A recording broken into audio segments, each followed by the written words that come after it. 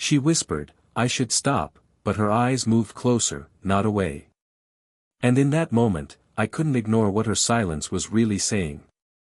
I never thought I'd notice her like that. She was just my friend's mom, warm, polite, always the kind of woman who carried herself with quiet grace. But something changed that evening, and I couldn't quite explain why.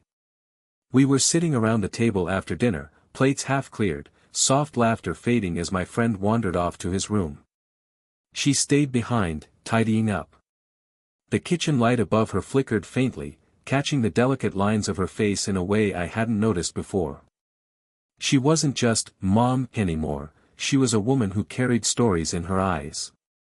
She reached across the table to collect my glass. Our hands brushed, a simple accident, but for a split second, her fingers lingered. I felt the warmth of her skin against mine, light but undeniable. My chest tightened, and I wasn't sure if I should pull back or pretend it never happened.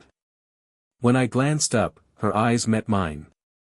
Not casually, not the way adults look at kids they've known forever. This was different. Her gaze held steady, softer than I expected, like she was searching for something she shouldn't. I swallowed, suddenly aware of the silence between us. The faint scent of jasmine perfume clung to her as she passed by, stirring the air around me.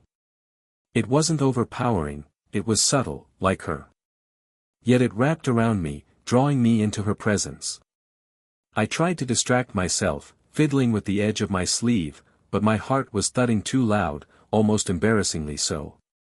She set the dishes down, then turned back toward me. You're quiet tonight, she said with a small smile, almost teasing, but her voice carried a softness that made the room feel warmer than it should have. I'm just tired, I managed to reply, though it wasn't true. I wasn't tired, I was restless, caught in a moment I didn't understand. Her eyes lingered on me for just a breath longer before she nodded and moved past. But even as she did, I felt her presence follow, like a shadow I couldn't shake. It was nothing more than a glance, a brush of the hand, a moment too long between words. But it unsettled me. It made me wonder if I was imagining everything, or if she had felt it too. And though I tried to convince myself it was nothing, deep down, I already knew this wasn't the last time I'd feel that strange pull toward her. Later that night, the house was quiet. My friend had gone upstairs, music muffled through his door, leaving me alone in the living room with a book I wasn't really reading. The lamp beside the couch cast a low amber glow, and outside, the wind brushed against the windows in soft sighs. That's when she appeared again. Barefoot, her steps gentle against the wooden floor, she walked in with a cup of tea cradled in her hands. She looked surprised to see me still awake, though her expression softened almost instantly. You don't sleep early either, she asked, her voice a quiet murmur, careful not to disturb the silence of the house. I shook my head with a small smile. Guess not tonight. She sat down on the other end of the couch, close enough that I could feel the faint warmth radiating from her, but not so close that it could be mistaken for anything. It felt deliberate, measured. Yet it made me more aware of her than I had ever been before. For a while, we just sat there, the sound of her spoon gently stirring her tea filling the quiet. And then, almost naturally, we began to talk. Not about the small, meaningless things, but about the kind of truths people usually keep to themselves at this hour. She told me about her younger days, how she once dreamed of traveling, of painting by the sea, of living a life untouched by routine. Her eyes glimmered when she spoke, but there was a shadow too, regret, perhaps, or memories of promises left behind. I listened, not just with curiosity, but with an ache I couldn't quite name. She wasn't just telling stories, she was opening a window into herself, a part of her she didn't show in the daylight. At one point, she laughed softly, a sound more delicate than I'd ever heard from her. She placed her hand lightly on my arm, just for balance as she leaned back. The touch was fleeting, but it lingered on my skin, warming me long after she withdrew. The clock ticked on, unnoticed. The room felt smaller, as if the world outside had folded away, leaving only the two of us in that dim glow. I realized then that this wasn't simply a conversation. It was something deeper, something that stitched an invisible thread between us, delicate, fragile, and dangerous in the way it pulled me closer without permission. And as she set her cup down and looked at me, her eyes softer than I'd ever seen them, I understood, this was no longer ordinary. It was becoming something else entirely. The night had stretched far longer than either of us expected. Our voices had softened into near whispers, the kind you use when you know the rest of the world is asleep. But then, without warning, the conversation trailed off. The silence wasn't awkward. It was heavy, thick with something we hadn't named yet. I could hear the steady tick of the clock on the wall, each sound echoing like a reminder of time passing, of moments slipping away. She sat with her hands folded loosely in her lap, eyes lowered at first. But when she finally looked up, her gaze caught mine and held it. There was something raw there, something unguarded. For the first time, I saw her not as my friend's mother, not even as the woman who carried years of responsibility on her shoulders, but as someone who longed for connection, just as I did. Her lips parted, as if she was about to speak. For a heartbeat, I thought she might finally confess what we were both circling around. My chest tightened, my breath shallow, waiting. But then she stopped. She pressed her lips together, looking away quickly, almost as though she had betrayed herself just by thinking it aloud. I leaned forward, not to push her, but because I couldn't help it. The space between us felt charged, like the air before a storm. I wanted to tell her that I felt it too, that I wasn't imagining the way her eyes softened when they found me, or how her laughter came easier when we were alone. But the words stayed locked in my throat. Her fingers curled against the fabric of the couch, tightening just slightly, like she needed something to hold on to. I noticed how her breathing had changed, quieter, but deeper, as though she was fighting against the very thing pulling her closer. The lamp's glow caught the side of her face, outlining her features in soft amber. It was a portrait of conflict, strength in her posture, hesitation in her eyes. She wanted to step back, I could sense it. Yet she didn't. She stayed there, suspended in that silence with me. I didn't move either. I let the weight of the moment settle over us, knowing that sometimes silence speaks louder than words. It wasn't a confession. Not yet. But it was close enough to taste, close enough to leave me wondering if it was only fear that held her back, or if it was hope. The quiet stretched on, but neither of us pulled away. If anything, it felt as though we were both waiting, for the other to break first, for some small moment to decide what this really was. It came unexpectedly. She leaned forward to reach for a book on the table, one she had left there earlier. I reached at the same time, our hands colliding softly on the cover. Her fingers pressed against mine, warm and steady. For a split second, neither of us moved. I could feel the gentle lines of her hand, the delicate pressure of her fingertips resting across my knuckles. It wasn't forceful, wasn't deliberate, but it wasn't an accident either. Not when she held still. Not when her eyes lifted to meet mine at the same time. The room felt suddenly too small, too warm. My breath caught in my chest, and I realized my hand hadn't moved back either. I let it rest there, overlapping hers, the quietest declaration I could manage. Her eyes flickered, hesitation, longing, fear, and something else. She swallowed, her throat tightening slightly as she drew in a slow breath. The kind of breath you take when you're weighing what's right against what you want. Finally, after what felt like forever, she drew her hand back. But the withdrawal wasn't quick, it was lingering. Her fingers slipped slowly against mine, dragging warmth across my skin until the last contact fell away. And even then, it felt like her touch remained, imprinted against me. She leaned back, her posture composed, but her gaze betrayed her. She looked at me for a heartbeat too long, her lips parting ever so slightly before she pressed them together again.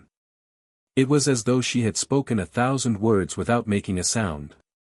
I wanted to tell her I understood.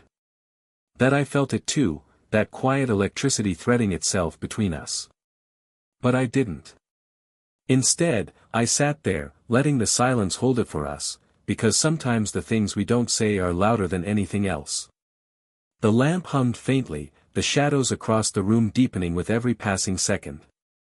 Outside, the wind stirred, rattling faintly against the windowpane. But here, in this still space, I felt nothing but the ghost of her touch and the undeniable truth that something between us had shifted. And though she had pulled her hand away, I knew it wasn't the end. It was only the beginning of a line we were both dangerously close to crossing. The air between us was restless, alive with something neither of us dared name. I could still feel the echo of her touch, still see the way her eyes had held mine too long. But just as I leaned ever so slightly closer, just as the moment threatened to unravel, she broke it. Her voice came softly, almost trembling, though she tried to steady it. I should stop. The words cut through the silence, thin and fragile, like glass on the verge of breaking. For a moment, I didn't know what to say. My chest tightened, my heartbeat pounding harder in the quiet. She wasn't looking at me anymore. Instead, her gaze fell to the floor, to the safety of anywhere but my eyes. I shouldn't be here like this, she whispered again, almost to herself. Her hand gripped the side of the table, as if she needed something solid to hold on to. Her shoulders were squared, but the tremor in her voice betrayed her strength. And yet, she didn't move away. She could have stood up. She could have left the room, put distance between us, closed the door and ended it all in one decisive motion. But she didn't. She stayed there, so close I could still feel the warmth of her presence, so close her perfume lingered in the air between us. If she truly wanted to stop, why hadn't she left? Her chest rose and fell unevenly, each breath drawn with effort. When she finally looked at me again, her eyes weren't cold. They weren't dismissive. They were conflicted, full of the very thing she was trying to deny. I should stop, she repeated, but this time the words faltered, as though even she didn't believe them. The lamp flickered slightly, its glow wrapping the edges of her face in tender light. She was fighting herself, I could see it. The motherly boundary, the years of experience, the voice inside her telling her this was wrong. But there was another voice too, quieter, pulling her closer despite it all. And in that moment, I realized her words weren't a wall. They were a plea. Not for me to back away, but for me to tell her what she couldn't admit aloud. Her lips pressed together again, her fingers tightening on the table's edge. The silence returned, heavier than ever. She had spoken the warning. But her body betrayed her. She wasn't moving away. She was still here, closer than she needed to be. Her words hung between us like smoke, thin, fragile, threatening to vanish. I should stop. They echoed in my head, but they didn't match the truth in her body. She was still here, still close enough that I could feel the warmth of her breath in the air. She hadn't stepped back. She hadn't let go of the space between us. I leaned forward, not recklessly, but gently. My voice came low, almost a whisper. Then why are you closer? The question stopped her. Her eyes widened, just slightly, as though I had spoken the very thought she was afraid to admit. She drew in a sharp breath, and for a heartbeat, neither of us moved. The room fell utterly still. The hum of the lamp. The faint tick of the clock. Even the wind outside seemed to hold its breath. Her gaze locked onto mine, and in that silence, everything we had avoided saying was laid bare. I could see it, the storm inside her. The resistance, the fear, the pull. Her lips parted as though she wanted to argue, to push me away with words. But nothing came. Instead, she swayed ever so slightly toward me. Not a step, not even a full movement, just the smallest betrayal of her restraint. As if her body had answered before her mind could catch up. I didn't reach for her. I didn't dare. All I did was sit there, letting my words hang, giving her the space to decide. And still, she didn't retreat. Her throat tightened as she swallowed, and I saw the faint tremble of her hand resting on the table. She wanted to stop. She told herself she should. But here she was, leaning toward me, her eyes softening in a way I'd never seen before. "You don't understand," she whispered, her voice unsteady. "Then explain it," I murmured back. "Because right now, I think you do." Her breath hitched, her shoulders lowering slightly as though the weight of her struggle was too much to carry. She closed her eyes for a moment, then opened them again, and what I saw there left me silent: surrender, fear, and something dangerously close to longing. We didn't touch. We didn't kiss. But we didn't need to. The closeness itself was louder than either of those things could have been. She had said she should stop. But here, now, she hadn't moved an inch away. If anything, she was closer than ever. For a long moment, we just sat there, caught in a silence that felt impossibly fragile. My words still lingered in the air. "Then why are you closer?" She hadn't answered, not with words at least. Her eyes had said enough. But then, something inside her shifted. She exhaled slowly, like she had been holding her breath for too long. Her shoulders softened, no longer rigid with conflict. And before I realized what was happening, she leaned toward me. Not to kiss me. Not to do anything reckless. She simply rested her forehead against my shoulder, letting her weight fall just enough to close the distance. The sudden closeness sent a rush through me, but I didn't move too quickly. I let it be what it was: quiet, fragile, real. My arm found its way around her, gentle and steady, not pulling her tighter but simply holding her as if to say, "You're safe here. You don't have to explain anything." Her cheek pressed against my chest, and for the first time that night, I felt her truly breathe.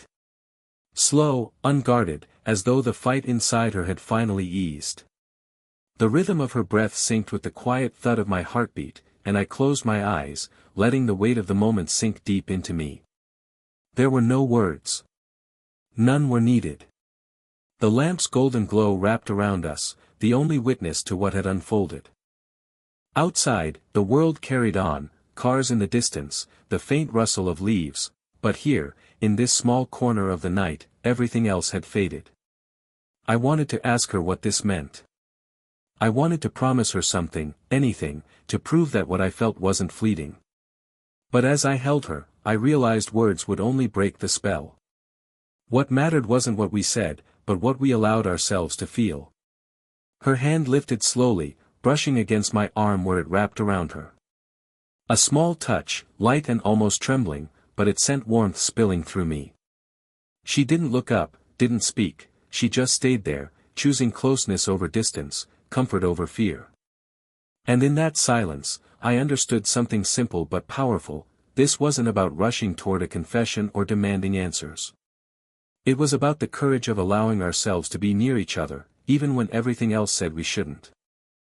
I held her a little tighter, not enough to bind, just enough to let her know I wasn't going anywhere. And for the first time that night, she let herself be still in my arms.